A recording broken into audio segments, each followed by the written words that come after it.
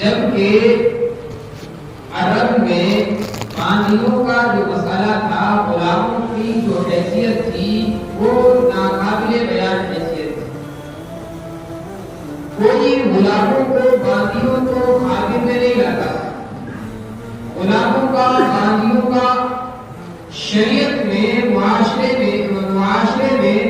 کوئی مقام اور مرتبہ نہیں ہے۔ ناروا سلوک باندیوں کے ساتھ میں، غلاموں کے ساتھ میں کیا جاتا ہے۔ شریعت مطہرہ نے غلاموں کے حقوق کو متعین فرمایا، معاشرے میں ان کی حیثیت نہ ہونے کے باوجود نبی علیہ السلام کا یہ ارشاد فرمانا کہ شرعی سزا تو دی جائے زنا کرنے پر، لیکن اس کو طعن و تشریح نہیں کی جائے گی، اس کو شرمندگی نہیں دلائی جائے گی۔ یہ دلیل ہے اس بات کی کہ شریعت میں کسی بھی صورت میں کسی کے اوپر طعن و تشریح کرنا، کسی عمل کی وجہ سے اس کو شرمندہ کرنا، یہ قطعاً جائز ہے۔ اگر کسی آدمی سے کوئی ایسا عمل سرزد ہو گیا جو خلاف شریعت ہے، جو شریعت کے موافق نہیں ہے، جو معاشرے میں اچھا نہیں سمجھا جاتا، اور آپ یہ چاہتے ہیں کہ میں سامنے والے کو اس کے اس عمل سے روکوں،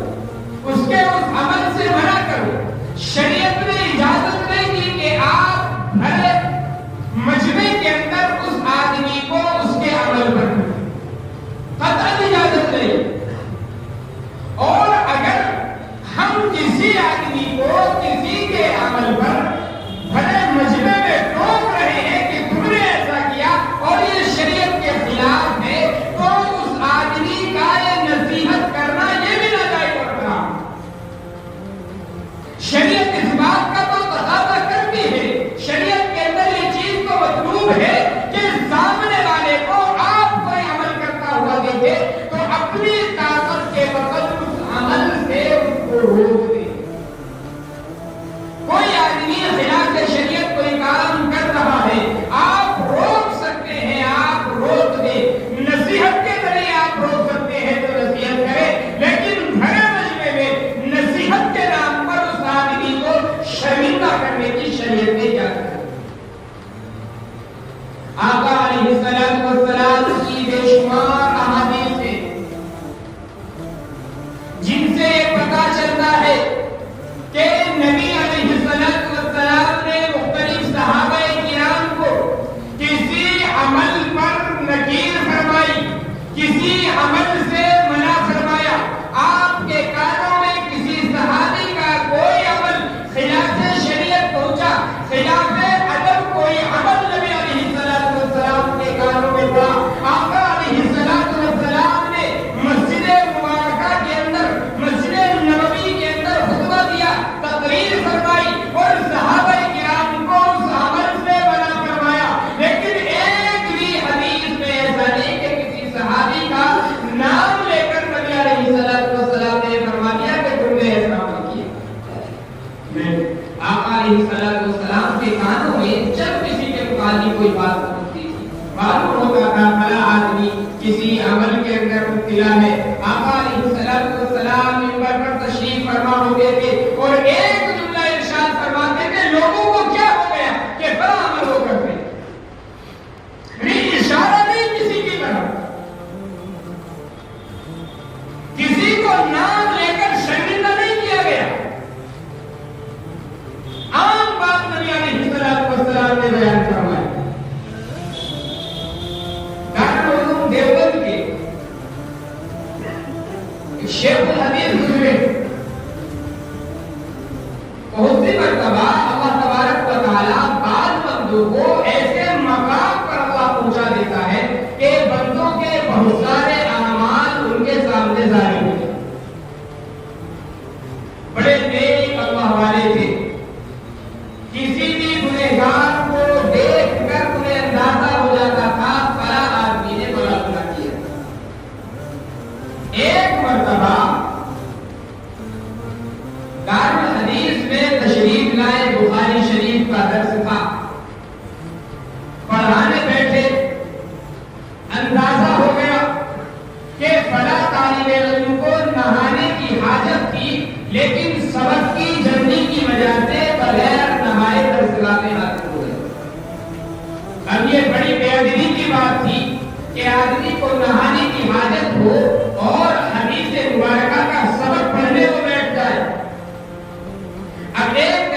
تو یہ تھا کہ اس کو نام لے کر کے کھڑا کر دیا جاتا،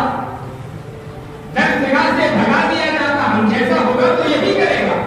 اگر ہمیں یہ معلوم ہو جائے، اور ہو جائے گا، ہوتا ہے، ہمیں معلوم ہوتا ہے کسی طالب علم کے مالک بغیر وضو کے بیٹھا ہے، آتے ہیں فوراً وضو کر کے آؤ، لیکن احتیاط انہوں نے جب یہ دیکھا کہ فلاں طالب علم بغیر نہائے درسگاہ میں بیٹھا ہے، غسل اس کے اوپر واجب ہے،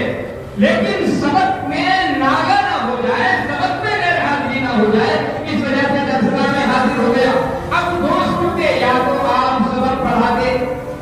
اب ظاہر ہے سبق پڑھا رہے ہیں، وہ بغیر غسل کے حدیث مبارکہ کی کتاب کو چھو بھی رہا ہے، سبق بھی پڑھ رہا ہے، یہ قطعاً مناسب نہیں تھا۔ دوسری صورت یہ تھی کہ آپ سبق کو بند کر دیتے تو سارے طلباء کا نقصان۔ جب ایک کے چکر میں 100 200 300 طالب علم کو اگر نقصان کیا جائے پورے گھنٹے کا، تو بڑے نقصان کی بات۔ اب آپ عمل دیکھیں، حضرت نے کتاب کھولی، محسوس کیا فلاں کو نہانے کی حاجت ہے، کتاب فوراً بند کر دی، فرمانے لگے بھئی آج گرمی بہت زیادہ اور طبیعت چاہ رہی ہے کہ آج تو سب نہا کر کے تب ہم حدیث کی کتاب پڑھیں۔ حضرت نے کتاب بند کی، دارالعلوم دیوبند کے قریب میں ایک نہر واقع ہے، حضرت نے فرمایا چلیے میں بھی چلتا ہوں اور سارے طالب علم نہر میں نہا کر کے آئیں، اس کے بعد انشاءاللہ اس کو پڑھیں۔ حضرت نے کتاب بند کی، سارے طلباء کو لے کر کے نہر پر حاضر ہوئے، سب کو غسل کرایا، خود بھی حضرت نے غسل کیا، اس کے بعد آ کر کے حضرت نے سبق پڑھا۔ بعد میں کسی نے استفسار کیا، معلوم کیا کہ حضرت یہ تو عجیب معاملہ آپ کی طرف سے آج پیش آیا، آپ کبھی کسی دریا پر نہانے کے لیے نہیں جاتے،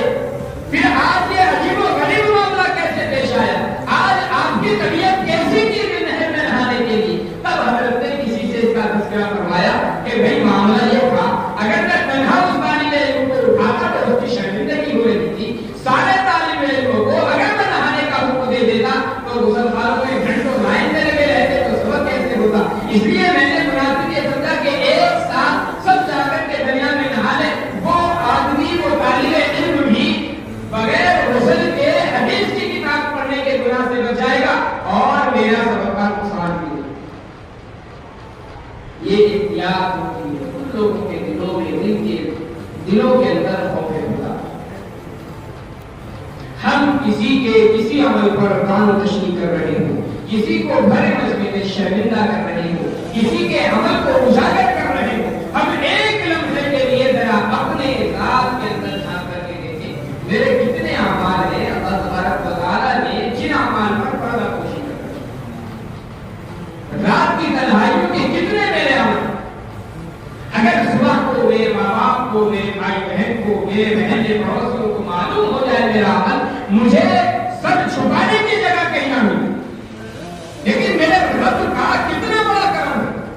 میرے رب کا کتنا بڑا احسان ہے کہ پوری زندگی میں نے اپنے رب کی نافرمانی کی ہے، اپنے رب کی ناشکری کی ہے۔ اللہ کے رسول علیہ السلام کی پوری زندگی نافرمانی گزرتے گئی، لیکن اللہ نے ایک مرتبہ میرے کسی عمل پر شرمندہ نہیں کیا مجھے۔ اگر اللہ تبارک و تعالیٰ کی جانب سے انتظام ہو جائے کہ ہم جو عمل کریں لوگوں کے سامنے ظاہر ہو جائے، کتنی بڑی شرمندگی کی بات ہوگی۔ کتنے لوگ ہوں گے تو اپنے عمل کی شرمندگی کی وجہ سے خودکشی کرنا پسند کریں، لیکن میرا رب کتنا بڑا رحیم ہے، کتنا بڑا رحیم ہے کہ ہمارے جتنے بھی اعمال ہوتے ہیں، جتنی غلط کاریاں ہوتی ہیں، جتنے گناہ ہوتے ہیں، جتنی حرام کاریاں ہوتی ہیں، اللہ تبارک و تعالیٰ سب کے اوپر بتا رہا ہے۔ کبھی کسی کے عمل کو اللہ ظاہر نہیں کرتا، اللہ کبھی کسی کے عیوب کو ظاہر نہیں کرتا۔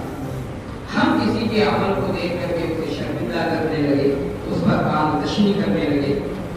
بھرے مجمع میں اس کو لوگوں کے سامنے نیچا دکھانے لگے، میرے بھائی یہ بتا دیا کسی کو کسی عمل سے روکنا بھی ہے، کسی کو کوئی نصیحت کرنا بھی مقصود ہے تو شریعت نے باقاعدہ اس کا طریقہ بتایا۔ آپ تنہائی میں اس سے ملاقات کریں، اس کا جو عمل ہے اس کے سامنے ظاہر کریں، بھائی تمہارا دیکھو یہ عمل